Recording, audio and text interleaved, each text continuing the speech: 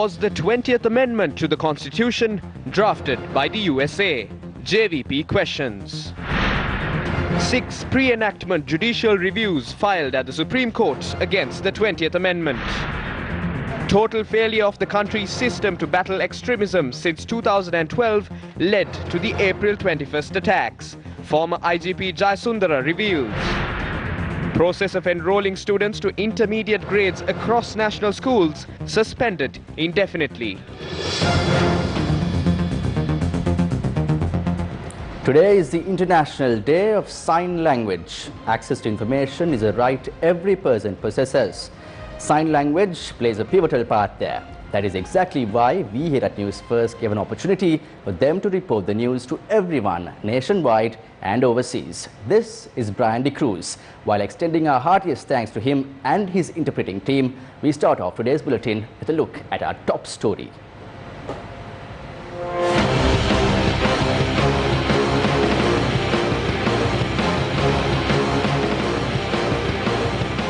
The JVP today claimed there is a suspicion as to whether the 20th Amendment to the Constitution was drafted in America. The national organizer of the JVP, Bimal Ratnayaka, presented a lengthy argument on the matter at a media briefing which was held at the party headquarters earlier today. By today, we are suspicious as to whether the 20th Amendment was drafted in the United States. The almighty government, which was present when the 20th Amendment was drafted, has now gone into hiding following heavy criticism. The 20th Amendment has become an orphan by now. Either the President Gotabaya Rajapaksa has to admit he drafted it, or that he handed it over to the United States to be drafted. If not, the Prime Minister has to claim responsibility. But now, it is an orphan. Journalists queried regarding the recent developments of the report of the committee appointed by the Prime Minister to review the 20th Amendment. The Prime Minister formed a committee and said a fresh report regarding the 20th Amendment will be issued. The photographs of the report being presented to the Prime Minister also circulated on social media. A minister who is a member of the Cabinet Subcommittee said the draft which was released through the Gazette will not be the one which will be tabled in Parliament. However, the same draft was tabled in Parliament yesterday. A cabinet paper, no matter how small, is subject to scrutiny by the Cabinet of Ministers and approved. However, this amendment was approved the second it was presented to the Cabinet and was gazetted. They are destroying due process in their hunger for power. What is the purpose of consolidating power even further? Bimal Ratnayaka elaborated on the matter. Gotabaya Rajapaksa and his team do not want to use this power against Mahinda Rajapaksa. Although friction will occur, they will solve it among themselves. Maybe it will implode. That will definitely happen in the future. However, our question is who will they use this power against? They are consolidating this power to hand over to our country's resources to power-hungry foreign entities. They want a 2/3 mandate but remain silent on selling the terminal in Colombo to India. They are uttering a word regarding claiming the Hambantota port after the 20th is enacted. This should be defeated if we are to save this nation. We know of certain MPs who claimed they regret voting for the 18th Amendment. They are still in Parliament. They cannot express their frustration straight away. So they bring out trivial reasons such as the dual citizenship matter. According to what we have witnessed, they fear the Rajapaksas. So they will all vote in favour and 150 votes will be received.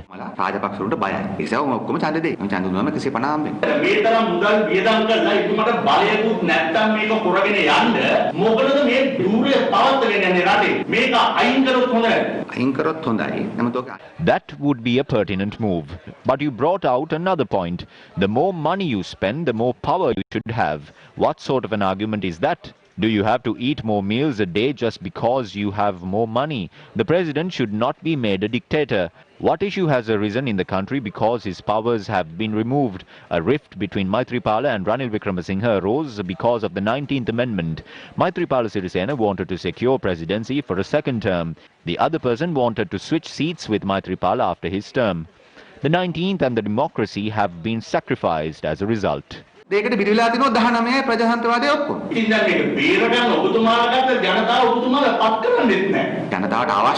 rights of the people can only be protected when they want it done. Our only advice to the people is there is no point closing the stable door once the horse has bolted.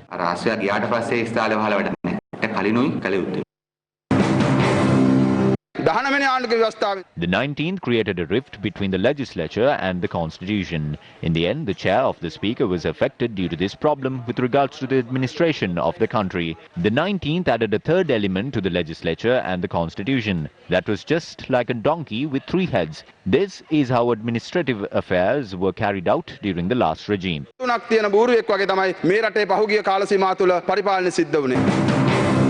They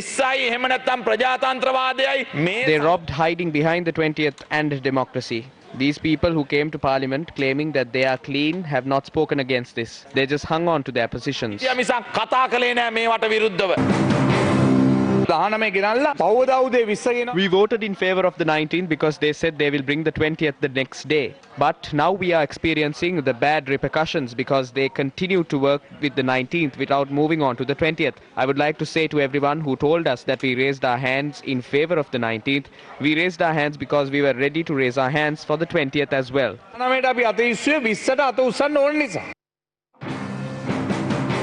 The Samagi Jana Balawegaya today filed a petition in the Supreme Court against the 20th Amendment to the Constitution.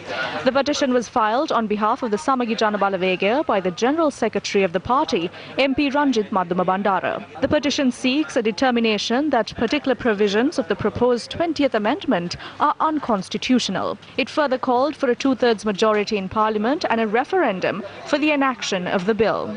Also, TNA leader R. Sambandhan, Executive Director of the Centre for Policy Alternatives, Dr. Pakya Soti Sarvanamuthu, Secretary General of the Sri Lanka Transparency Front, Nagahananda Kodituaku, and Mr. Anil Karyavasam had filed petitions at the Supreme Court as at 3 p.m. today. So far, 6 petitions have been received by the Supreme Court in opposition to the 20th Amendment. Sri Lanka's geopolitics.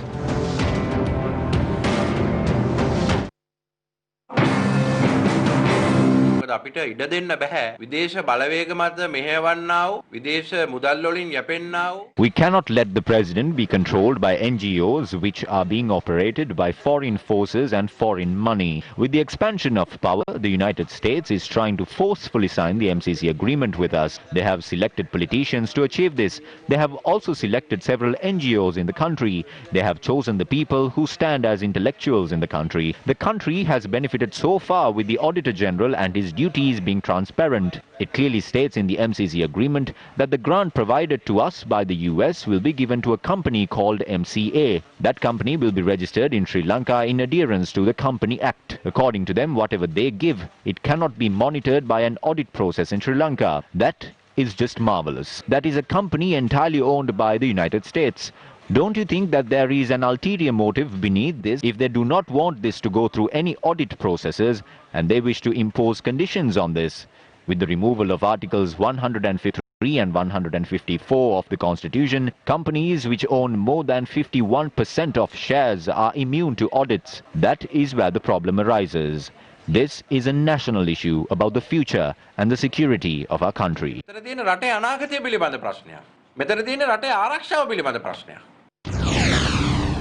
Meanwhile, U.S. Ambassador to Sri Lanka, Elena B. Teplitz, called on Minister Professor G.L. Pires. A statement from the Minister of Education that read that the meeting saw the U.S. government's potential support for the development of the education system in Sri Lanka was discussed at the meeting.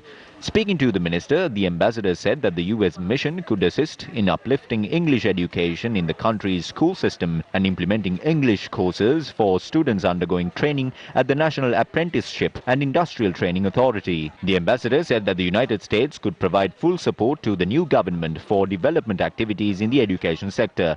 Meanwhile, Ambassador Teplitz has stated in a Twitter message that the United States is assisting the restoration and conservation of the Rajagal archaeological site in the eastern province. She adds that the United States of America works to protect places of cultural importance around the world. Tensions between the US and China came to the fore of the annual UN General Assembly in New York, with US President Donald Trump blaming China for the spread of coronavirus. We must hold accountable the nation which unleashed this plague onto the world, China. The United Nations must hold China accountable for their actions. Say it. Why haven't you said anything about the U.S. hitting 200,000 deaths? Go ahead. Anybody else? According to data from Johns Hopkins University, the United States coronavirus death toll has passed 200,000. More than 6.8 million people are known to have been infected in the United States, more than in any other country. Meanwhile, China accused Trump of spreading a political virus at the United Nations, with President Xi Jinping calling for enhanced cooperation over COVID-19. China has no intention to start either a cold or a hot war with any country. China insists on bridging differences through dialogue and resolving disputes through negotiation. We will never pursue to outshine other countries or get involved in a loss-win game. China will always remain a builder of world peace, a contributor to global development and an upholder of the international order. United Nations Secretary General Antonio Guterres used his annual address to push for a global ceasefire until the end of 2020 so countries can fight the coronavirus pandemic at the 75th anniversary of the United Nations General Assembly. The world needs a global ceasefire to stop all hot conflicts. But at the same time, we must do everything to avoid a new Cold War. Meanwhile, President Gotabaya Rajapaksa addressed the United Nations General Assembly through video call technology last night. In his address, the President highlighted that it is the responsibility of the United Nations to support democratically appointed governments. The UN system needs to ensure equity, inclusivity, and transparency while being more responsive to the ever-changing global environment. In order to ensure the sustainability and the credibility of the organization, political witch hunts through questionable motives against member states need to be halted. Democratically elected governments of nations understand the pulse and needs of their people the best. It is the responsibility of the United Nations to assist and support processes of such elected governments to bring about sustainable solutions for needs of their people. Sri Lanka is committed to follow a neutral foreign policy with no affections to any particular country or power bloc. As a strategically placed country in the Indian Ocean, it is our priority to ensure that the Indian Ocean is maintained as a zone of peace, where no country could gain advantage over any other.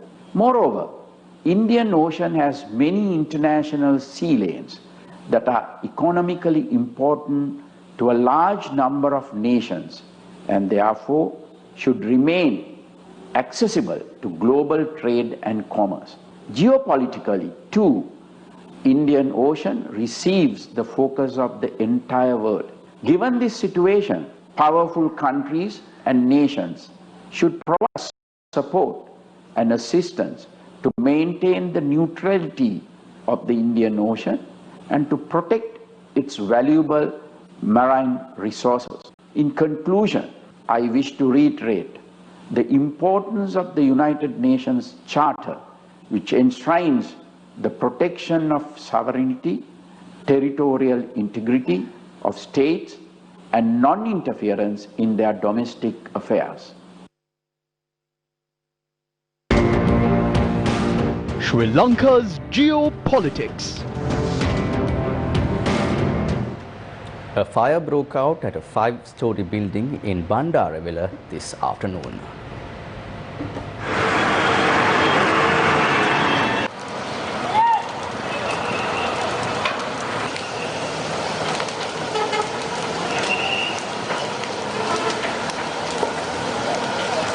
Police say that the fire broke out on the 5th floor of the building.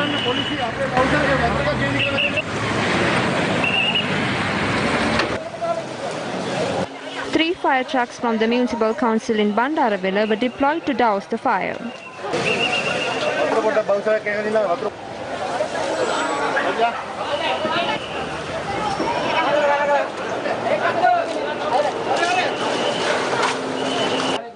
Police say that no one was harmed during the incident.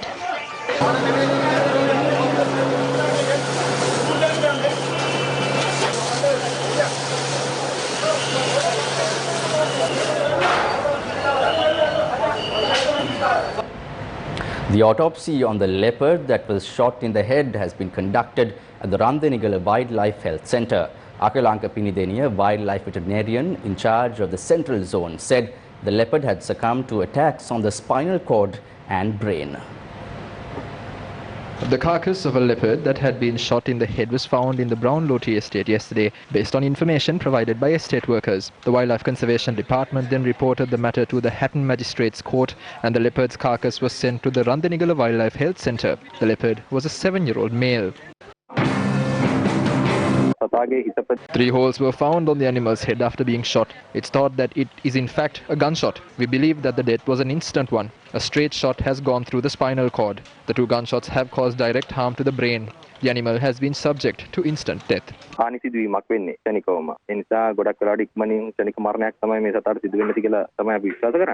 far could this animal have travelled with the serious injuries it sustained?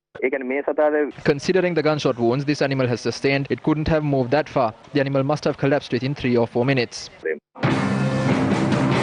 It was reported that the leopard had fallen near the Gangavatta Tamil College in Muskelia Brown Loti estate. If no one brought the body to the scene, the shooting must have taken place at or near the same location. This is where I saw it. I saw it when my sister was coming to repair the water pipe. Then we reported it to the police.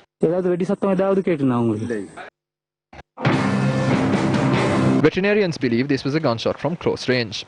The Wildlife Conservation Department also speculates that the leopard was shot with a 12-bore weapon.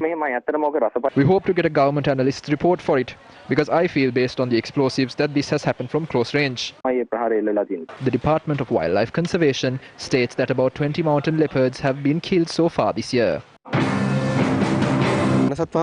According to the Flora and Fauna Protection Ordinance, this animal is considered as an endangered animal. Killing these animals, snares to capture these animals and keeping body parts of these animals is illegal. It was well planned to kill this animal, and the gun used to kill this animal has been inspected, and the police can arrest those involved in this. The extraordinary gazette notification issued to provide legal documents to persons residing in government lands without any documentation has been cancelled. This is 12 days after it was issued. The relevant gazette notification was issued on the 10th of September. The issuance of the gazette was with the aim of expanding investment opportunities, promoting local milk production and optimally managing government lands for local food crop production in line with the Vistas of Prosperity and Splendor policy statement. The extraordinary gazette notification issued on the 10th of September stated that the government's plan is to provide the citizens of this country with a formal document to confirm the ownership of lands they had settled in as a first step. A deadline to call for applications has been announced, with the deadline being set for the 30th of this month. The extraordinary gazette notification issued today stated that the gazette notification issued expediting the issuance of legal documents to persons residing in government lands without any documentation will be revoked. We have explained the process regarding these lands. The government should look into how issues which are bearing similarities to the objectives mentioned under the MCC agreement come to the fore from time to time. It is clear that in the future they will be preparing to achieve these objectives. The road can be paved to the point where some lands can be misappropriated by the people and then taken back by foreigners as required.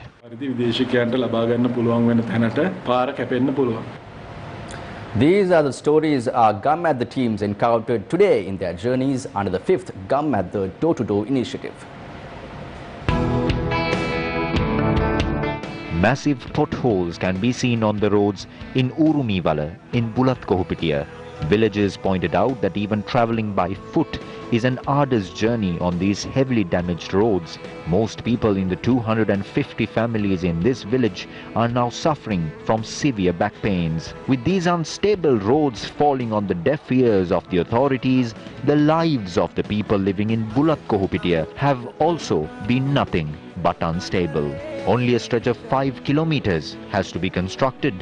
Sand and rocks have been unloaded by the previous regime for the construction of this road. However, with the change of governments, all the construction material have been taken out. Earlier, the villagers had a hope of their issue being resolved, but now that hope has faded away. Most villagers in the Nainekadu village in Samanture make a living through the brick industry. Neither do they have the raw materials to cut the bricks, nor they have a proper market now to sell the bricks they have made. A gum at the team visited the Valattapiti village in Samanture. These people who cultivate for a living have to put a stop to it and chase away wild elephants. Instead, 7 villagers had to pay the price from their lives in the recent past due to wild elephant attacks. The Pitamarua village in Megahakula of the Badulla district has no proper entry road to their village.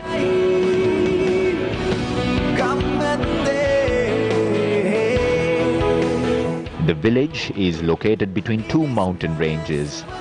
This village, where 400 families reside, is 22 kilometers away from the main road. The only bus that runs on this road has broken down due to the dilapidated state of this road.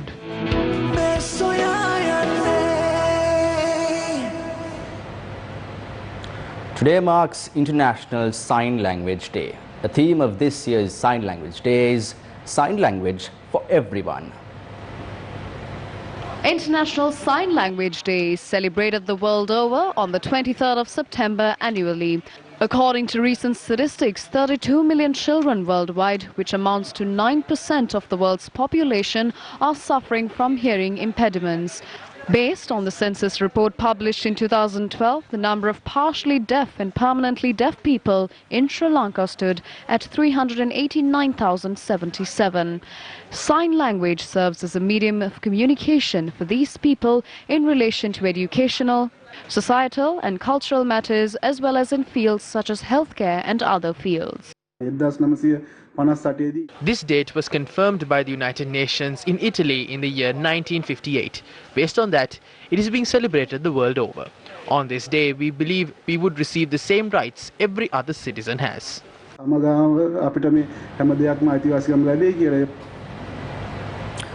IGP Pujit Jayasundara has said that the total failure of the country's system to battle extremism since 2012 had led to last year's April 21st attacks. He made these remarks at the Presidential Commission probing the bombings today. In a testimony, former police chief Pujit Jayasundara said that former President Maithripala Sirisena had instructed the police to stop conducting an external probe into Islamist extremism and had vested the task with the State Intelligence Service alone. The witness said he had faced difficulties in executing his duties due to unnecessary political intervention and the rift between the President and the Prime Minister under the previous government. He told the Presidential Commission that the two leaders had issued contradictory advice in some instances to take relevant decisions. Jayasundara added that former President Maithripala Sirisena had barred him from attending National Security Council meetings since the 23rd of October 2018. He said this was due to the rift that had arisen between them over their opposing views on the transfer of Police Inspector Nishantha Silva, who was attached to the Criminal Investigations Department. The Commission ordered former President Maithripala Sirisena, his private secretary and 3 auxiliary bishops to appear at 10:30 a.m. tomorrow. The order was issued over 2 media releases issued by the former President Maithripala Sirisena and the Archbishop of Colombo.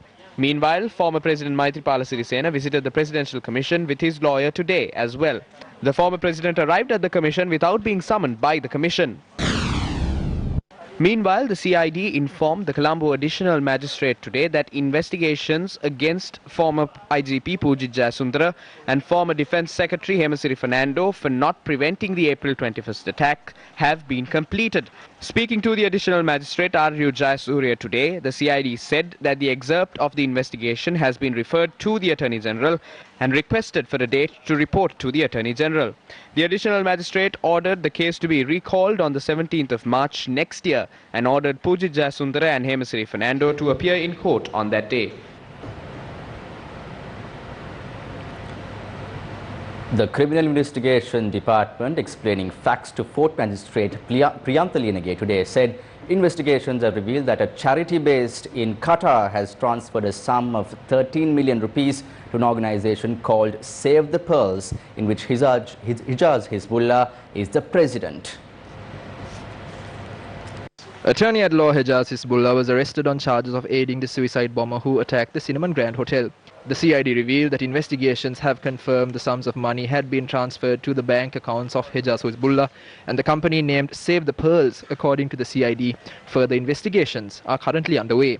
Moreover, the CID explained that several books recovered from a madrasa school conducted by Hejaz Hizbullah in Puttalam had been directed to a group of psychology experts, and the report on the matter is yet to be received. The magistrate ordered a Sinhalese translation of the book to be presented to court on a future date. The case was postponed to the 7th of next month. The lawyers appearing on behalf of Hejaz Hizbullah informed the court that they are unaware of the veracity of this claim. However, the lawyers said that the charity named by the CID, Qatar Charity, is a world-renowned organization and that simple Google search would show that. They add that the said charity has been working with the United Nations as well.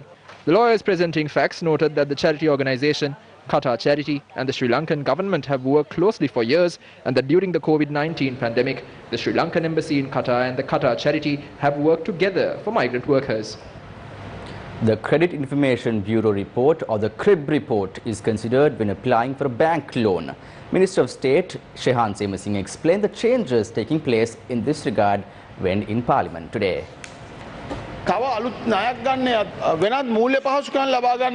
When going for a new loan or another financial facility, many people have had difficulties as their names have been included in the crib during the financial crisis. Therefore, we continue to discuss this matter. Honourable Speaker and the Prime Minister instructed us to change the evaluation system in place. At the same time, we are working to introduce a new credit system.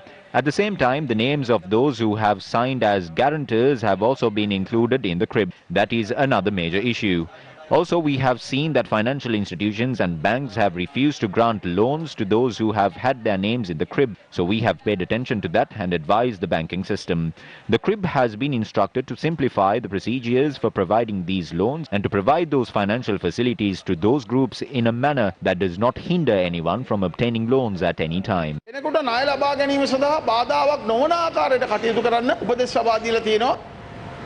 The Ministry of Education states the process of enrolling students to intermediate grades has been suspended.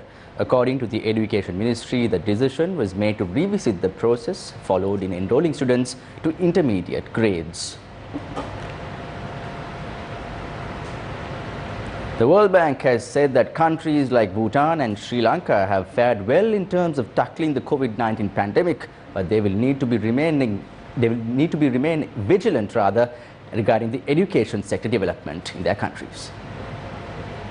According to the World Bank, students across South Asia have been deprived for 4 months of learning opportunities due to the outbreak of COVID-19, which could lead to long-term economic losses of up to $801 billion. The World Bank report said COVID-19 could result in a loss of 0.6 years of schooling adjusted for quality, bringing down the effective years of basic schooling that children achieve during their schooling life from 7.9 years to 7.3 years.